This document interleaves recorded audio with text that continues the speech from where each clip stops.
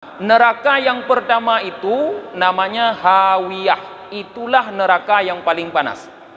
Panasnya neraka Hawiyah 70 kali lebih panas dari neraka di atasnya. 70 kali lebih panas. Bayangkan dengan neraka yang tingkat terakhir berapa ratus kali lebih panas neraka Hawiyah. Neraka yang pertama. Yang tinggal di situ siapa? Yang tinggal di situ adalah Fir'aun, Fir'aun dan Haman, panglima tentaranya Fir'aun, para pengikutnya, ahli Fir'aun, pengikut Fir'aun, dan orang-orang munafik.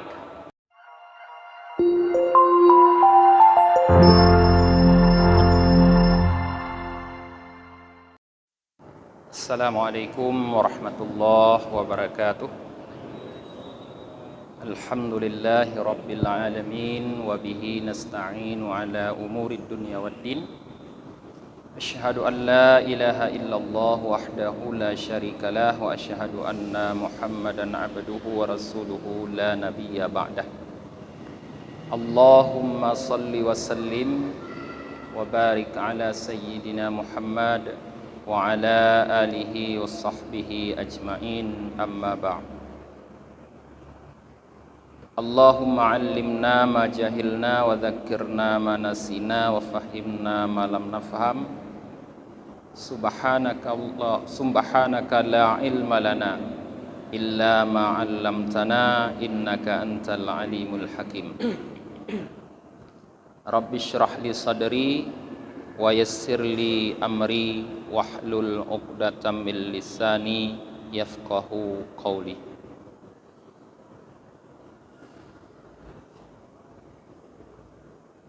Jamaah salat maghrib yang dirahmati oleh Allah, malam ini kita lanjutkan kembali kajian kita tentang ghibah. Sudah 2 malam kita mengkaji tentang yang pertama kelebihan maulid Nabi, kedua tentang kelebihan berselawat. Malam ini kita kembali kepada kajian tentang ghibah. Kita telah sama-sama tahu para jamaah apa yang dimaksud dengan ghibah. Karena dalam kajian yang lalu kami kutip sebuah hadis yang menjelaskan tentang definisi ghibah menurut Rasulullah, yaitu idza dzakarta akhaka bima yukrih, apabila kamu menyebut saudara kamu dengan sesuatu yang tidak dia sukai.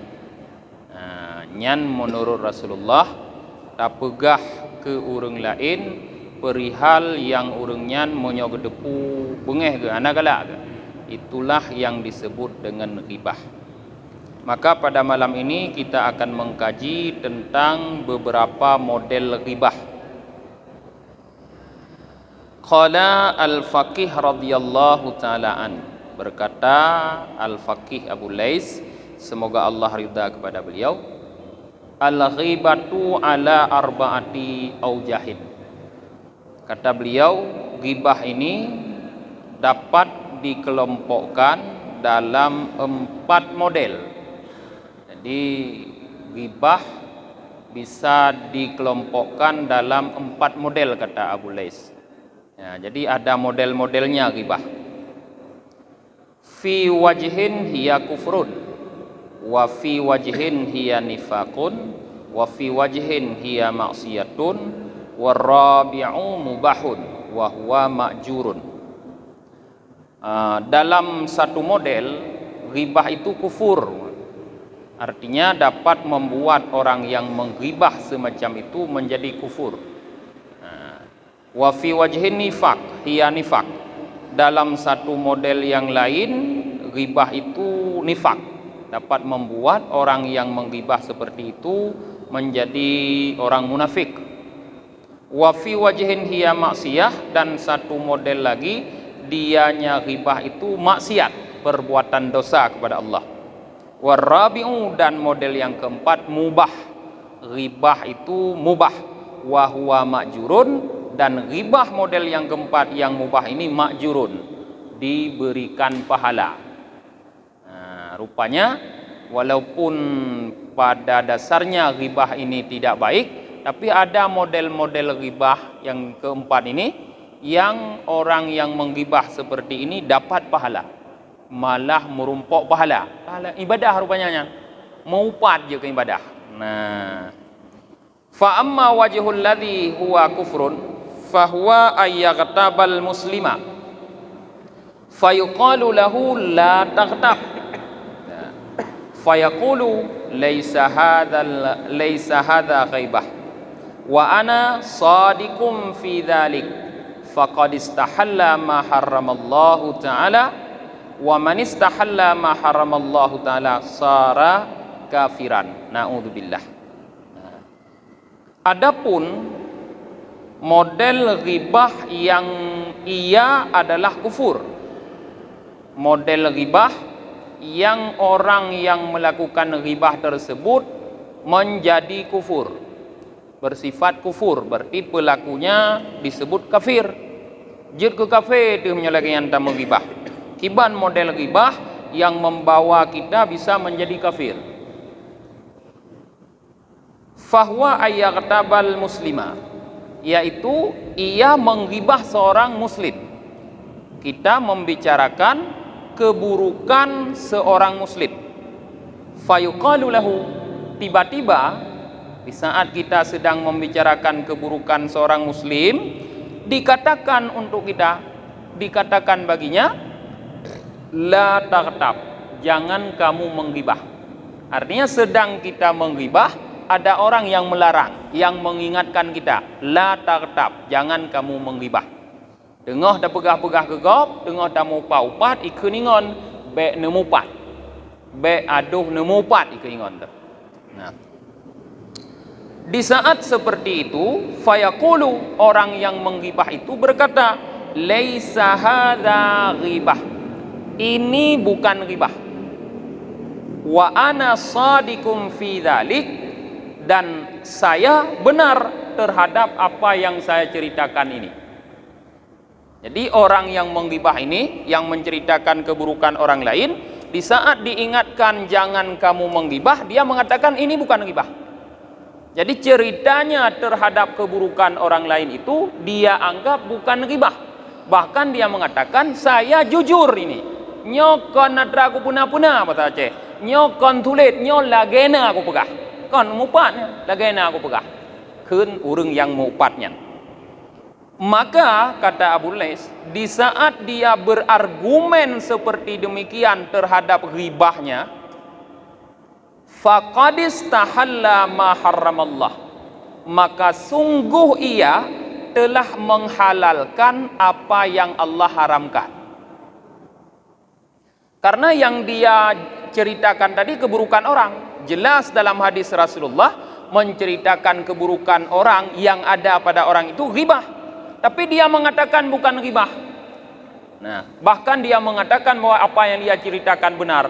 Kata Abu Lais, di saat argumen dia seperti demikian, berarti dia sudah menghalalkan ghibah yang diharamkan oleh Allah. Padahal Allah sudah mengharamkan dengan firman-Nya, wala taghtab wala yaghtab ba'duhum ba'da, kata Allah. Jangan sebahagian kalian menggibah sebahagian yang lain. Tapi dia mengatakan ini bukan ghibah, saya jujur. Artinya dia sudah membenarkan ghibah itu, sudah membolehkan, menghalalkan. Maka kaidahnya, wa man istahalla ma harramallah, siapa saja yang menghalalkan apa yang telah Allah haramkan, sara kafiran, niscaya ia menjadi kafir. Na'udzubillah, kita berlindung kepada Allah. Nah, dari sudut pandang inilah ghibah seperti ini menjadikan orang yang menggibah menjadi kafir, karena dia tidak menganggap itu haram. Hana ganggap haram, padahal Allah sudah jelas mengharamkan, tapi hana ganggap haram.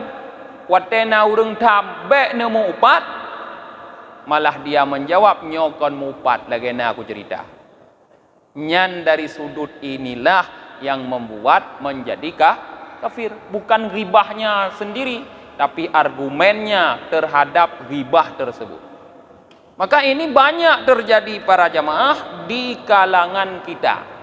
Mungkin model cara kita saja yang berbicara lain. Na urang model jih kon wadai tamigop. Baru gekun nyo kon kumupat. Awai ge pegah gerog. Ban merumpok ngau urang ge pegah juga gerog. Hai napu kuno pegah. Nyo kon upat be. Nyo lagi na aku pegah. Pon kon ge pegah gerog. Artinya sebelum dia menggibah dia sudah menghalalkan gibah. Nyan sama seperti orang yang mengharamkan daging babi, yang menghalalkan daging babi. Allah kagak haram daging babi. Nyan. Tapi dia halalkan, sama juga seperti itu. Jadi kaidah dasar, siapa saja yang mengharamkan siapa saja yang menghalalkan apa yang Allah haramkan, maka status keislamannya berubah menjadi kafir. Karena halal dan haram itu tidak boleh main-main. Halal jelas, haram jelas. Mana yang halal sudah jelas, mana yang haram sudah jelas. Jadi tidak boleh main-main. Nah, maka para jemaah hati-hati dengan ghibah seperti ini. Dapat menghancurkan iman kita sehingga merubah status dari Islam menjadi kafir. Nah, nyan model yang pertama. Wa ammal wajhul ladzi huwa nifaq. Adapun model tersebut adalah nifaq.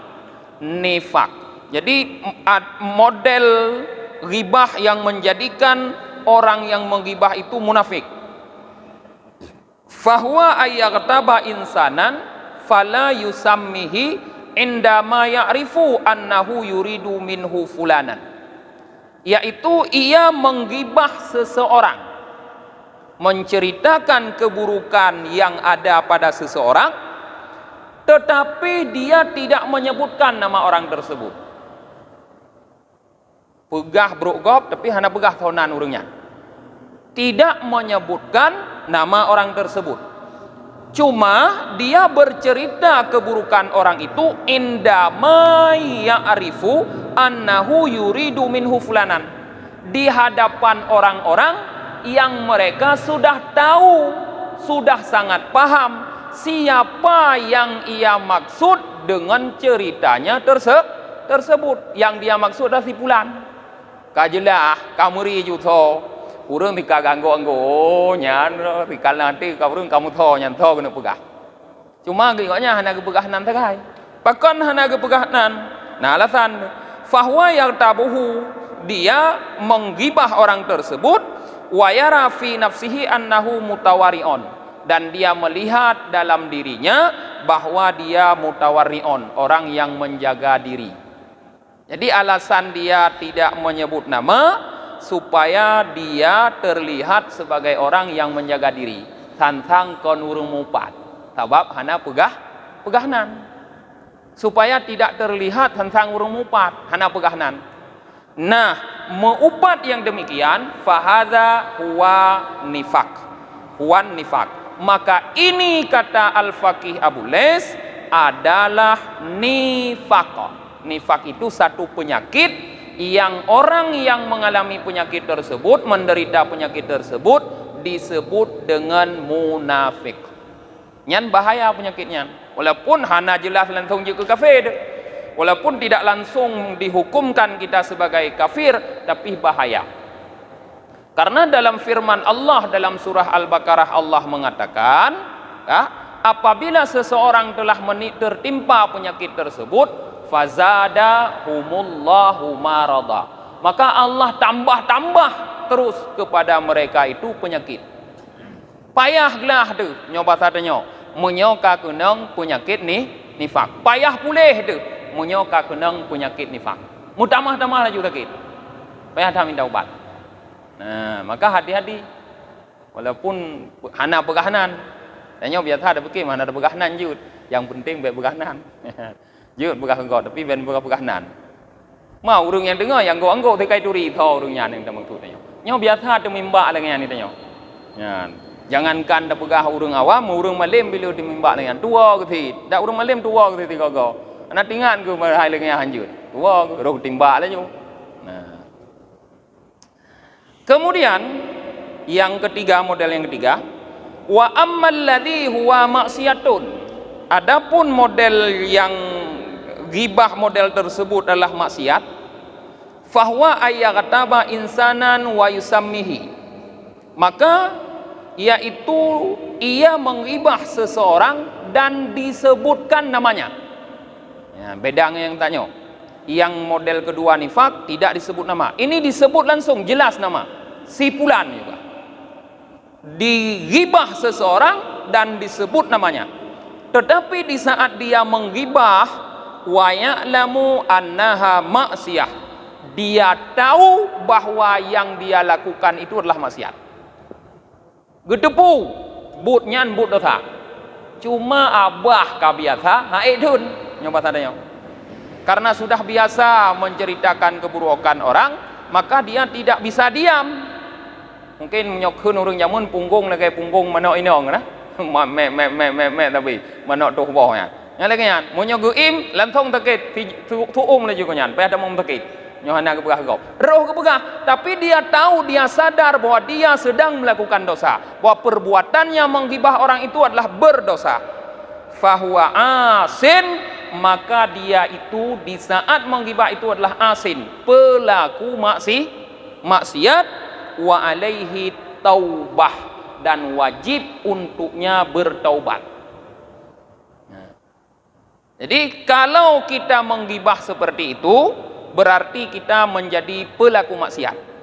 Karena kita menjadi pelaku maksiat, maka wajib bertaubat. Karena orang yang tidak bertaubat dari maksiat, walaupun bagaimana dia taat, rajin beribadah, tetap dia nanti akan dihukum oleh Allah, yaitu dimasukkan ke dalam neraka.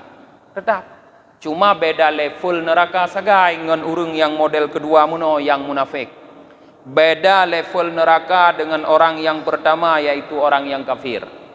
Nah, level yang paling berbahaya di antara tiga orang ini, tidak mesti ghibah ini, pokoknya tiga jenis orang, yaitu orang kafir, orang munafik, dan orang pelaku maksiat, orang Islam yang melakukan maksiat.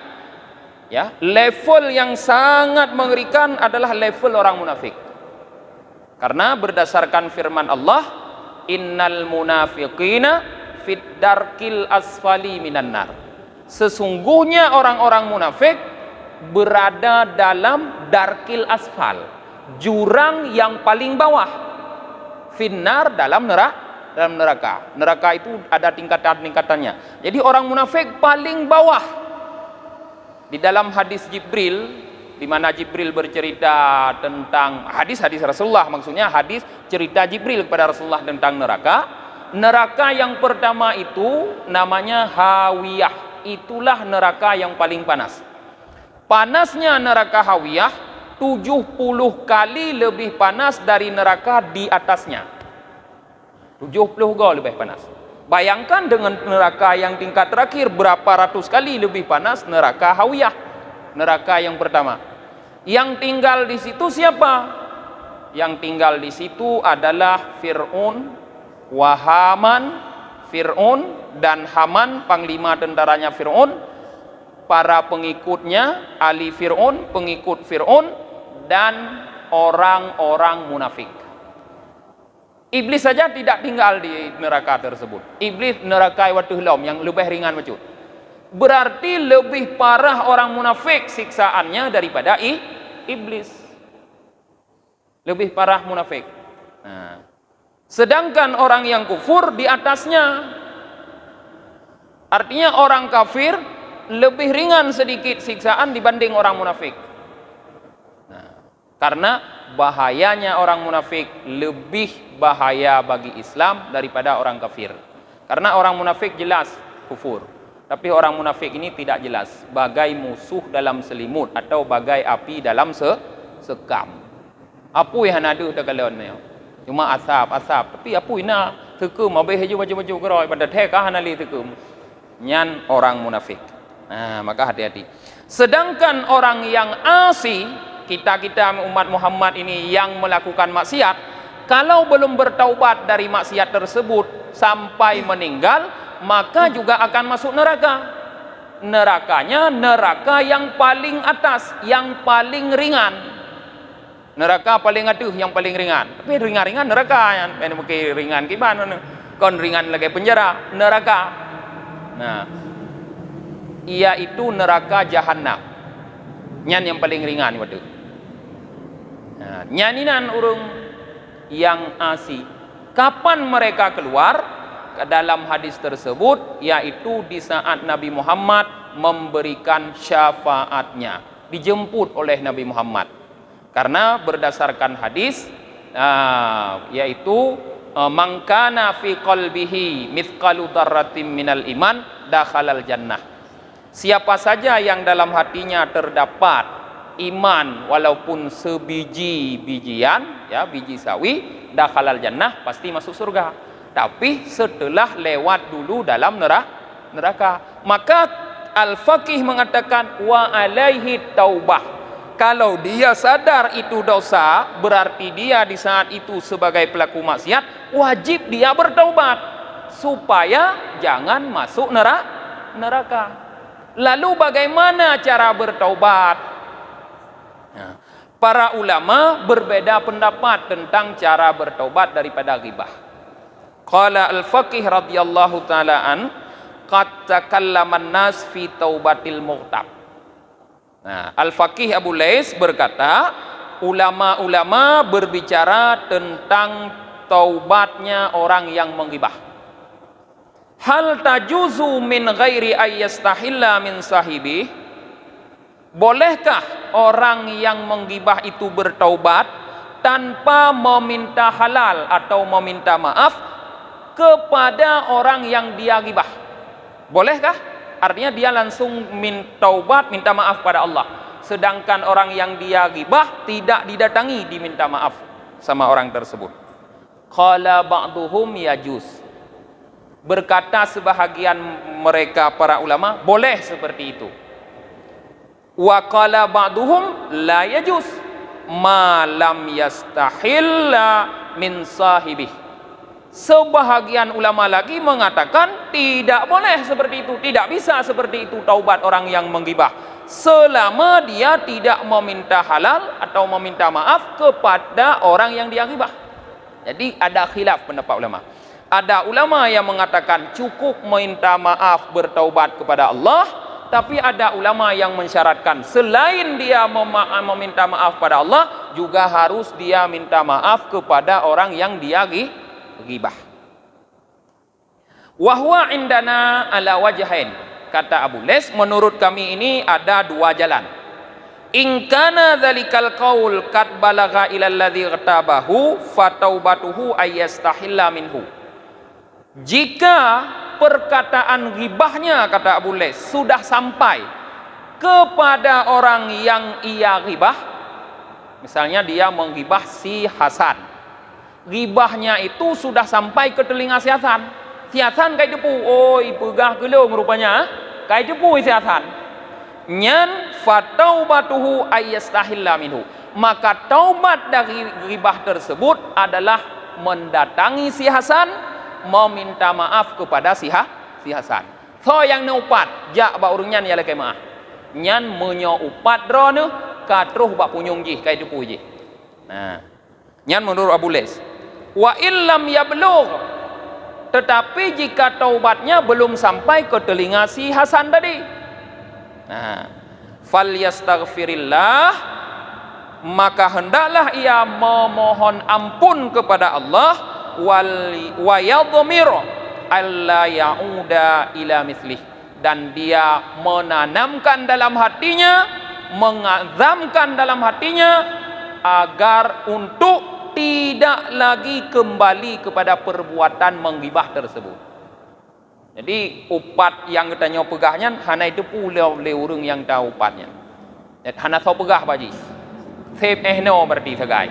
Urangnya hana dengar, hana awak rekam lagi. Menyo awak rekam kai dengar, menyo tahu upat ke kau. Nyo hana save ehno segai. Nyan cara taubat, kata Al-Faqih, cukup dengan beristighfar, mohon ampun kepada Allah, dan lamate bunanid hanle kumupat merang kajan nyan.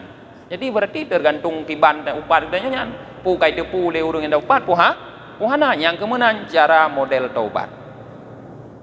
Kemudian warabi'u, model menggibah yang keempat, ayyaghtaba fasikan mu'allinan bi fuskihi aw sahiba bid'atin, yaitu ia menggibah seorang fasik, seorang pelaku kejahatan, pelaku maksiat, mu'allinan bi fuskihi, yang kelakuan maksiatnya sudah jelas, sudah nyata kefasikannya. Jadi kon urang yang melakukan maksiat secara sembunyi-sembunyi, orang yang sudah jelas-jelas melakukan maksiat, seperti orang yang sudah jelas-jelas tidak datang ke masjid untuk salat wajib, di rumah pihandang sembahyang wajib, jelas-jelas kau nya hantong sembahyang, nyen kon pasek, ka jelas mandung urang nyoi tipu kok nyen hantong sembahyang. Nah, jadi mengupat orang seperti itu, kata al-faqih, mubahun wahwa ma'jurun, boleh dan diberi pahala. Tapi yang taupat ji podra hana semayang ji belain, baik ji pasek hana semayang, hana semayang, yang taupat ka lain, kada pegah boh hidung mi pesek, nyan lain kaitannya, tidak ada kaitan. Jadi mengupat, menggibah pelaku maksiat yang sudah jelas maksiatnya, menggibah maksiat tersebut. Kenapa boleh kita menggibah pelaku maksiat? Fahuwa ma'jurun tadi, li'annahum yahdharuna minhu idza arafu halihi. Karena orang-orang yang mendengar gibah kita dapat berhati-hati, berwaspada terhadapnya apabila mereka tahu keadaannya. Jadi menyokai tipu gopnyan urang beo semayang igop, hang getim sagai semayang, urang lain je bejoh roy ngan gopnyan. Tak takut munyai menganggapnya urang lain yang tem semayang ru hai semayang. Te karap ibang kage apa kat kemawe. Wajai nak semayang. Untung nada pegah ita nyobek ka mengon-mengon yang ngan si a nyan be, iji bu oda semayangnya na thai ka wate semayang si kana bu di sabe ji. Kaya kemawe, kaya kemuku ade semayang. Pe ka mengon-mengon ji menyoka mengon ji ji kah hana ka semayang. Nyan kan mupat nyan, tapi makjurun dapat pahala, membuat terselamatkan orang lain. Dari sudut pandang itulah ghibah model keempat dapat pahala. Au sahiba bid'atin, atau mengupat sahib bid'ah, orang yang memiliki pola pikir bid'ah. Nah, orang yang memiliki pola pikir bid'ah. Nah, bid'ah yang dimaksud di sini adalah bid'ah kabihah, bid'ah yang tercela, yaitu melakukan satu perbuatan baru yang tidak terdapat, satu perbuatan ibadah baru yang tidak terdapat dasar hukumnya di dalam agama Islam, atau yang menyelisihi dasar-dasar hukum dalam Islam. Nah, misalnya seperti pola pikir orang-orang mujasamah, orang-orang yang menganggap Tuhan serupa dengan makhluk dari segi fisik, yang menganggap misalnya Tuhan punya tempat. Misalnya ada orang menganggap Tuhan bertempat di mana? Duduk di langit atau duduk di aras, karena mereka mengamalkan melihat ayat yang mutasyabihah secara zahir ayat. Misalnya karena mereka memahami summastawa ila sama, kemudian Allah istiwa di atas langit, ya mereka mengatakan Allah duduk di atas langit. Dalam ayat lain summastawa ilal ars, kemudian Allah istiwa di atas aras, mereka duduk di atas aras. Lalu mereka mengatakan bahwa Allah duduk Allah ini berarti sama dengan makhluk. Allah butuh duduk, butuh tempat duduk. Dalam akidah Asy'ariyah mukhalafatuhu lil hawadis, berbeda Allah Ta'ala dengan yang baru. Kalau Allah duduk sama dengan yang baru katanya sama dengan katanya duduk sit, walaupun hanya sama duduk pokoknya duduk. Nah, jadi itu adalah pola pikir jud taupat, artinya boleh kita menceritakan kesalahan pola pikir mereka kepada orang-orang, supaya orang-orang dapat berhati-hati tidak ikut mereka. Baik ikut awanyan, baik ente urung tanya kayak pegah Allah hilangin. Sebab buku agama Cina pegah Allah hilangin. An petih Cina baca buku agama ro. Allah di langit pegah. Kaku mandu manuk bertanya duman menyohana tak pegah nyan salah ipike Allah ilangit. Duman natai baca Quran menghirun tu anu tanya lebu hai petih le ke Islam. Sebab lah Al-Quran na ayat yang Allah pegah Palestina kon ilangit. Cuma kahirun kijut lam ayat nyo ilangit lam ayat jih Palestina nyo Al-Quran hana cocok taga nyo tiga ko tapu. Tu ko nyo tiuro dua ko lehu panen cocok. Cocok nyo berarti kon agama yang pak itamong Kristen lebu nanu tanya gara-gara ipike hana pah Quran. Nah ayat yang pegah Allah Palestina. Nah bahanan bagaimana? Ayat yang menceritakan tentang Nabi Ibrahim di saat beliau diusir oleh Azar mau dilempar dengan batu, beliau hijrah ke Palestina dari Hiran. Apa kata Nabi Ibrahim? Inni dzahibun ila rabbi sayahdin. Artinya ini sesungguhnya aku zahibun ila rabbi akan berangkat kepada Tuhanku sayahdin dia akan memberi petunjuk kepadaku. Jadi Nabi Ibrahim gejak batu Tuhan gejak Nabi Ibrahim Palestina berarti menurut ayatnya Nabi Ibrahim gejak batu Tuhan di Palestina katanya. Tuhan kengkap parado menyelengnya tiga ilangit tiga Palestina, maka tidak boleh dipahami demikian, maka harus ada ceritanya mupat karena cerita kesalahan orang lain, keburukan orang lain.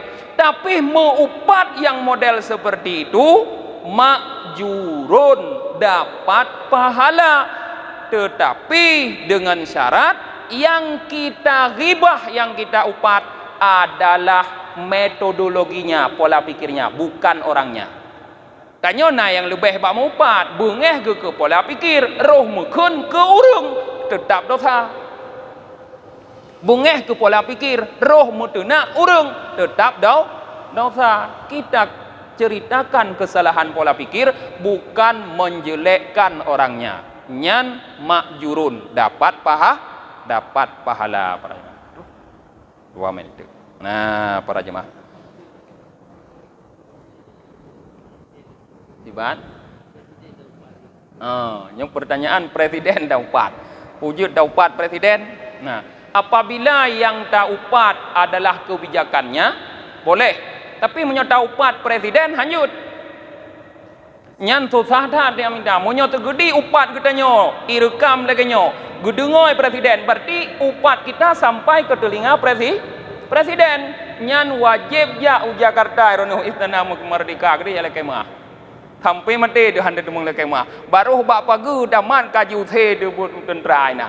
Teroris hiron kaji drop tu. Ham demung dia lekemah. Ka ke hura duda tanya baru teman jo amal tanya ke presiden. Tapi kalau yang kita ghibah adalah kebijakannya, kebijakan yang salah Nabi, boleh. Anak pupu yang baik kun tegai, baik kun ke presiden, presidennya ti anak PKI, nya hanjut. Urusan masalah anak punya anak gede. Hana urusan yang hanjut pegah-pegah keburukan kau dengan. Tapi kalau pola kebijakannya yang salah boleh. Mungkin nyoba bahasa Cina disebut dengan kritik yang membangun, bukan yang menyudutkan. Nyan hana pupu para jemaah. Nyan. No manteng kajian kita nyoba malamnya lebih dan kurang luntuan la kemah. Tutup dengan baca doa akhir majlis. Subhanakallahumma wa bihamdika wa nashhadu an la ilaha illa anta wa nastaghfiruka wa natubu ilaik. Subhana rabbika rabbil izzati amma yasifun wassalamun alal mursalin walhamdulillahi rabbil alamin.